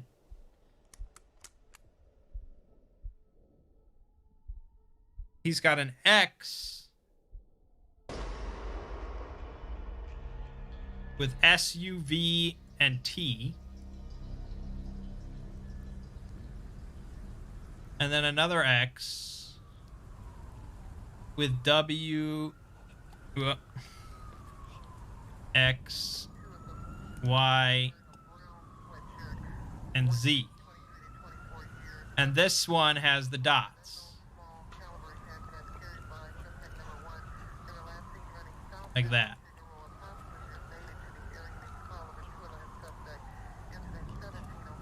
Okay.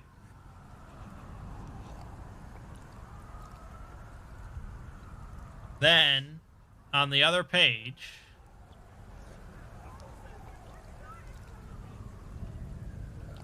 I'm going to just make this bigger.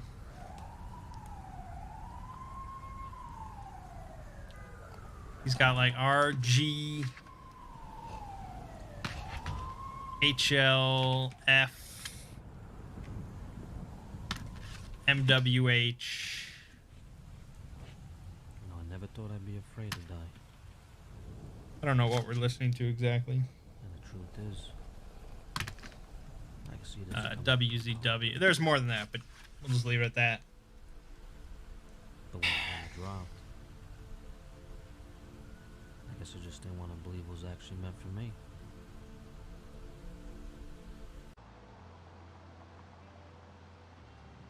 Dots may be Braille? I don't think so. It's curious how they're oriented, though. Like, they're all sort of, like, pointing towards the center of this grid for whatever reason. And I don't know if they...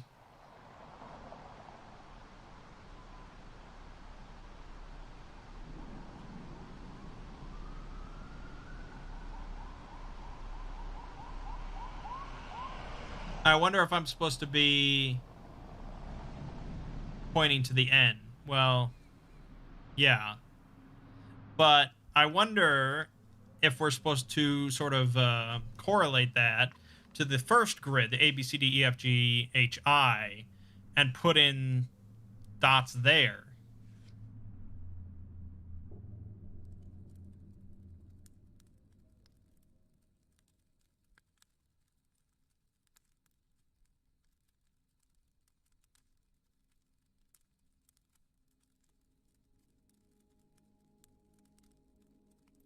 Let me make a third grid.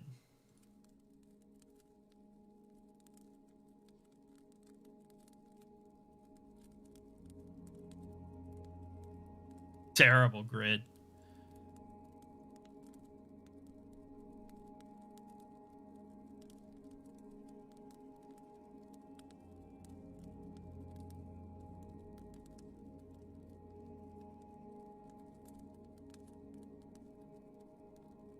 Okay.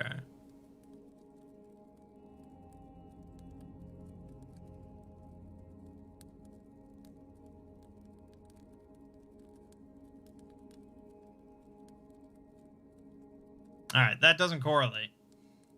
I was trying to compare this grid I just made to this WXYZ X shape here with the dots. Because on this one, the W has a dot below it. On my grid, the W has a dot below it. The Z has a dot above it on both. But the X has the dot on the wrong side. And the Y has a dot basically in an odd. So I don't know how those correlate. I'm not sure what to make of that.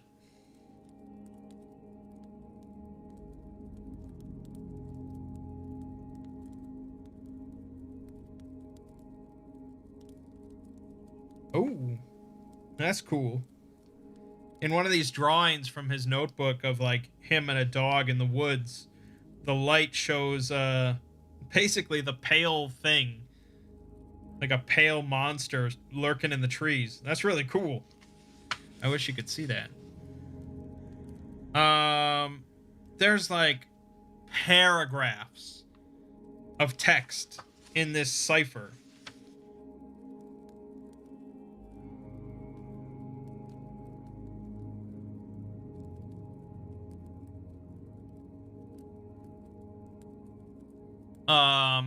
Text that looks just like this this bottom part, the RGLFMWH.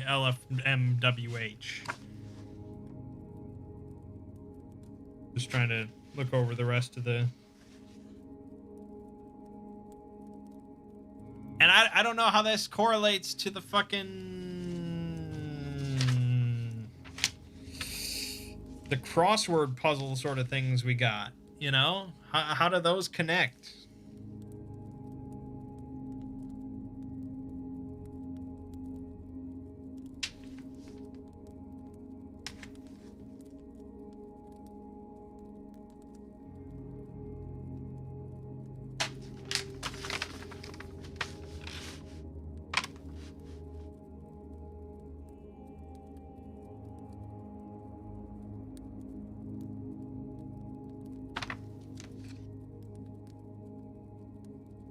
Hold on. Just looking over like anything else that was written by the kid or by Carver.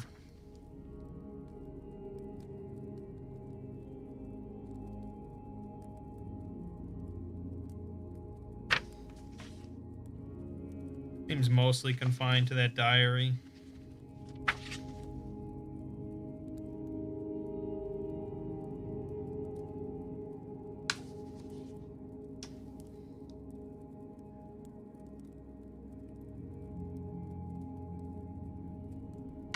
think so.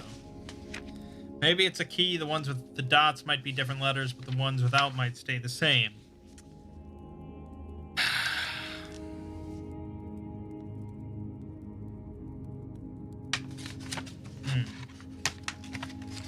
Okay, so in that case, the only letters that would be different are J through R and W, X, Y, Z.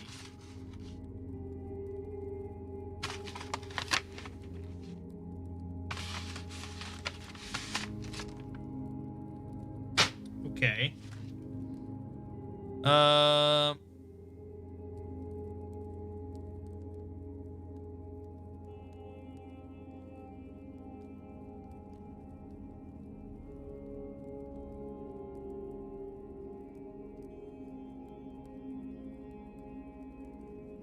Okay, well, in that case, the very first word here is RG, which, if that were the case, G would be the actual letter, and R would be something different. Which I don't think... Is there a 2-letter word that would start a sentence that ends in G?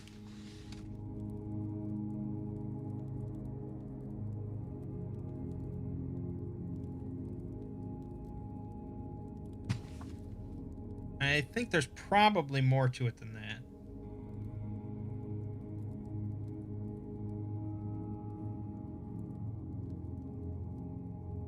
And I'm curious about this thing.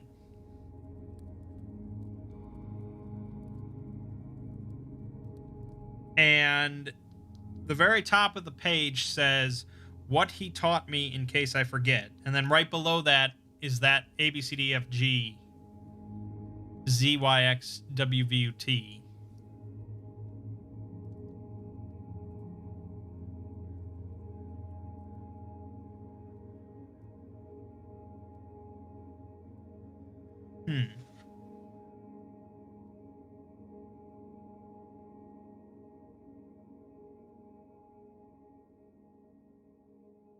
I mean, it's sort of just like the same thing we did last time, of just like, presumably it's a 1-to-1 cipher where one letter just has been replaced with a different letter, and that's consistent throughout the entire cipher. In which case, I don't know if we even would need this, because we didn't have anything like this last time, and we solved it.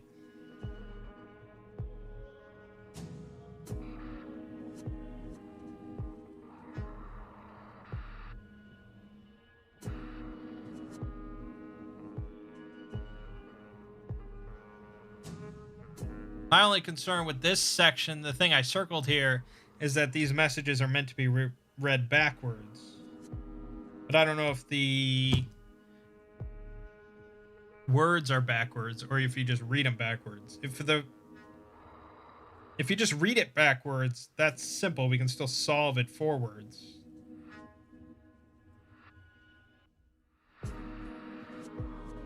But, okay, here, let me continue this, what's written here.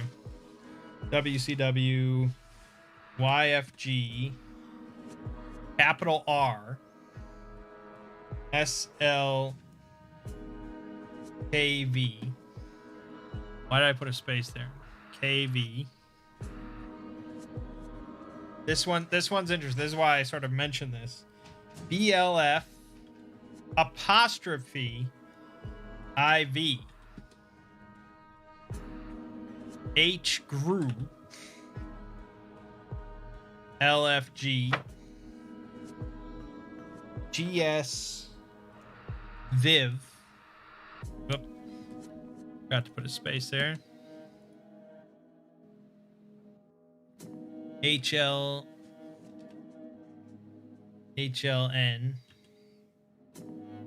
RDSVIV. So the BLF apostrophe IV presumably is your YOURE.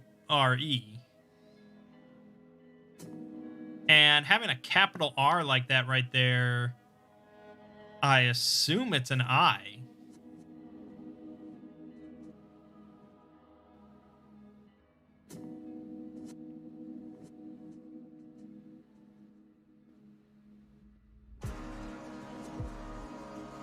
So then, if that's an I, and the first letter of the sentence is I blank, it could just be I am, but there's no apostrophe. So it could be in.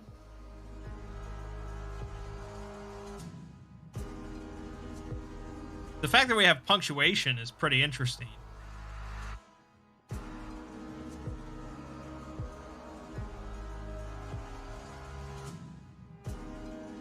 So let's see here. If we say R equals I, and let's go with the your theory.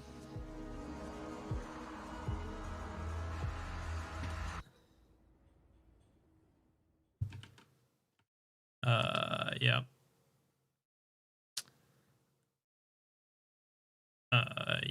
I would be R, and V would be E. There's a lot of V's, you know.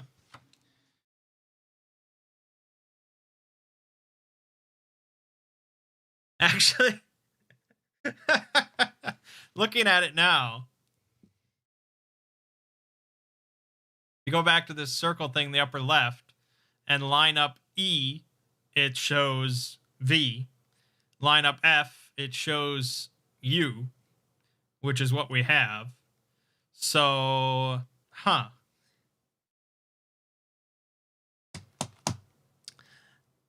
if it's just that, then what the fuck is going on with all these grids? Okay, well then let me just...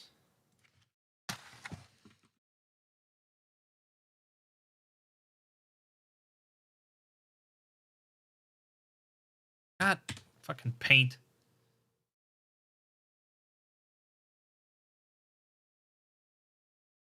Okay. Yep.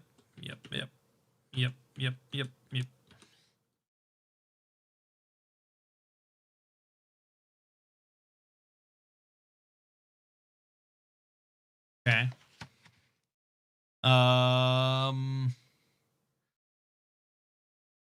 Yeah, R is I. Yeah. G is T, so the first word would be it. Oh, but this isn't right.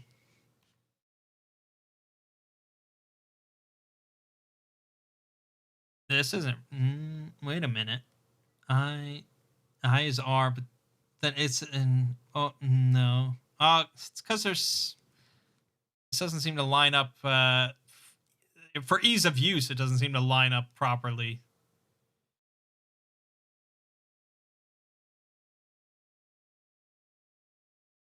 Like different kerning or whatever. Oh, I think I made a typo. There we go.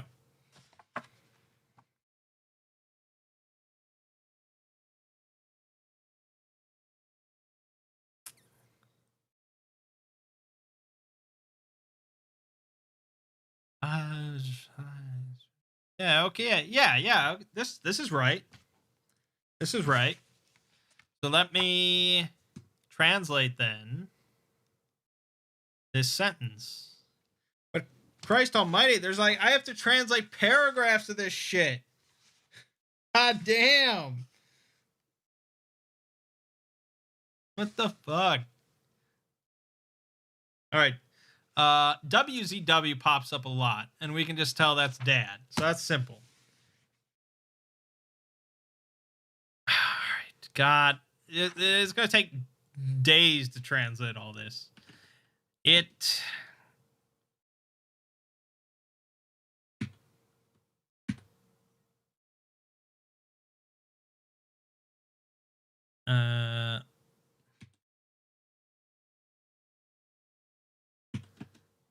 Yep. Oh my god. And like we're still I I God, I don't even know. I don't think this is even relevant. I don't think this is even relevant because we had this pen light from the first episode. We had this diary from like the first episode. So I could have done this in the first episode. I don't think this is relevant to the other shit. Maybe I'm wrong, but I mean, it's not like I don't want to translate it, but I don't want to just sit here and make you watch me translate it all. It's not, I mean, we sort of cracked it. But that's the other thing, is that the A, B, C, D, E, F, G, Z, W, Z, Y, X, W, V, U, T thing, that translate all this extra dialogue or writings in this diary. But the grids don't have anything to do with that. And we don't have any solution for the crossword puzzle kind of things we found.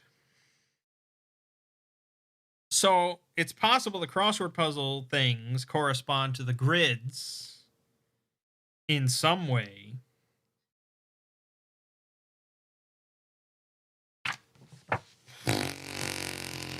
What the fuck?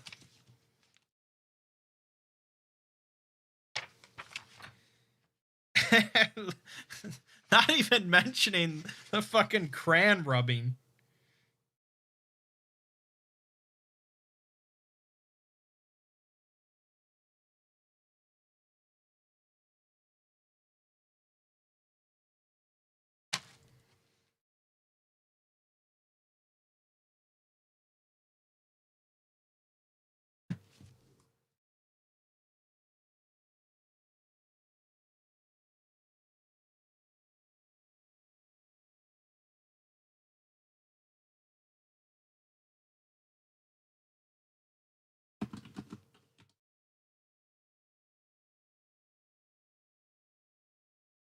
God damn it.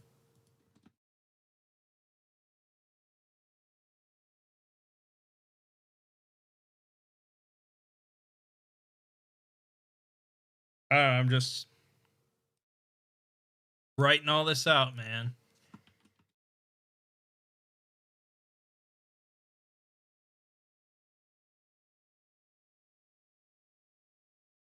All right, and then this is the funky one.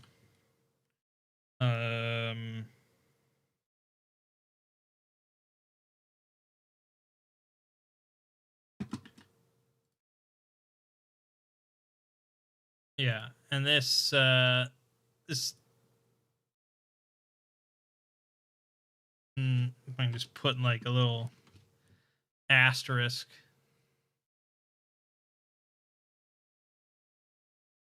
I don't know how to move that. What? Yeah, that T is an asterisk because I don't know. It looks really funky.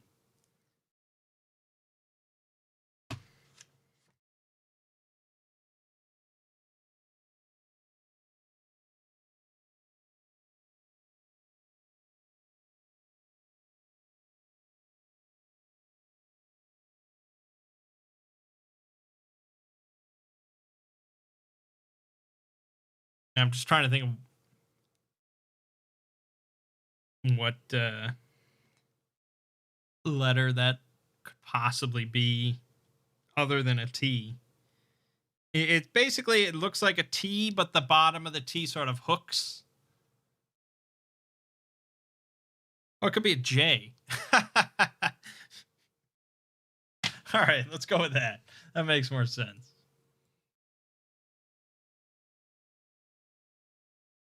It's like a J, but there's a line across the top. But I think it's more likely a J than a T, because it doesn't match the T's. Doesn't match the T's.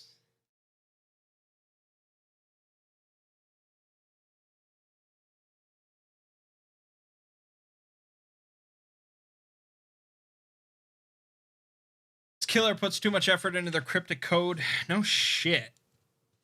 No shit. I don't know what to think.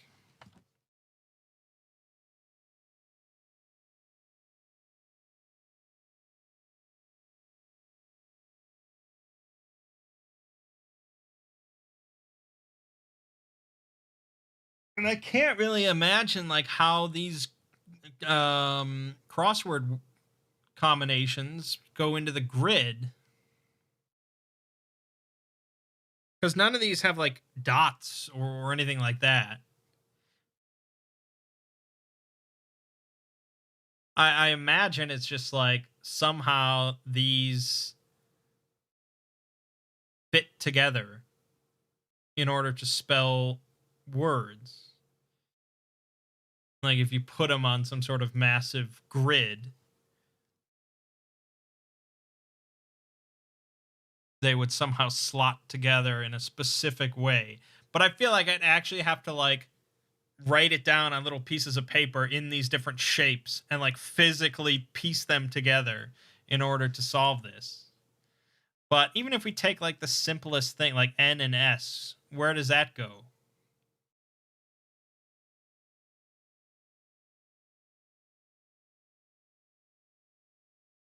And the weird C thing bugs me because I didn't solve that.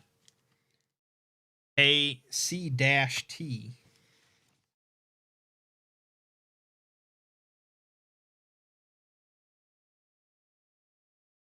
I mean, unless it's some other letter. And I wish I could show it to you.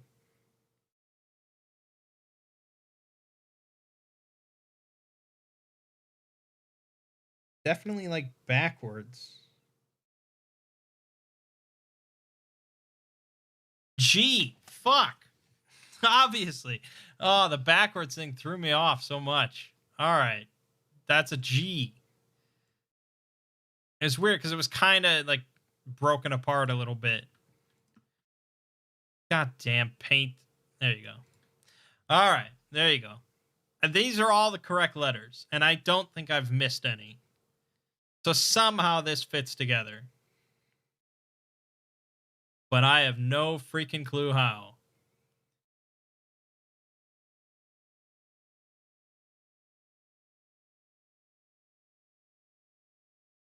It doesn't even seem to be that enough like vowels.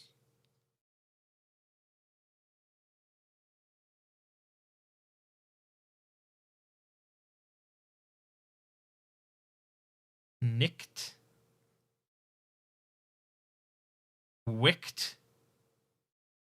I mean, just looking at like the I, K, and T here, vertical. Like, what would go on top of the I to make that like a word? And how would you even like read this? How does this fit together? This is just nuts.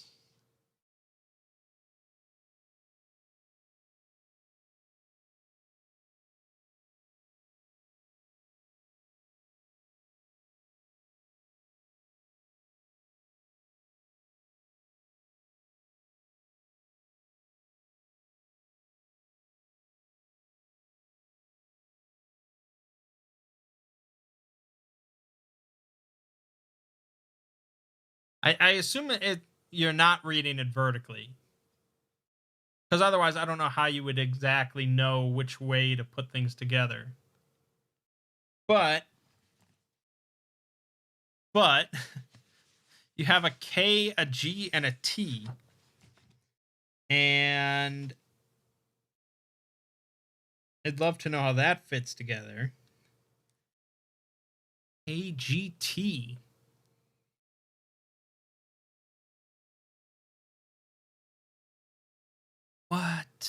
What? I don't want to like leave this off because it's like I don't want to make a whole nother video just trying to figure this. Although I could just do another video after I like have translated all the extra stuff from his diary, and then we could just maybe just go with that.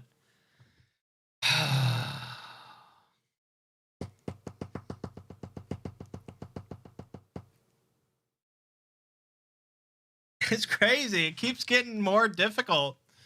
Episode 4 is going to be monstrous.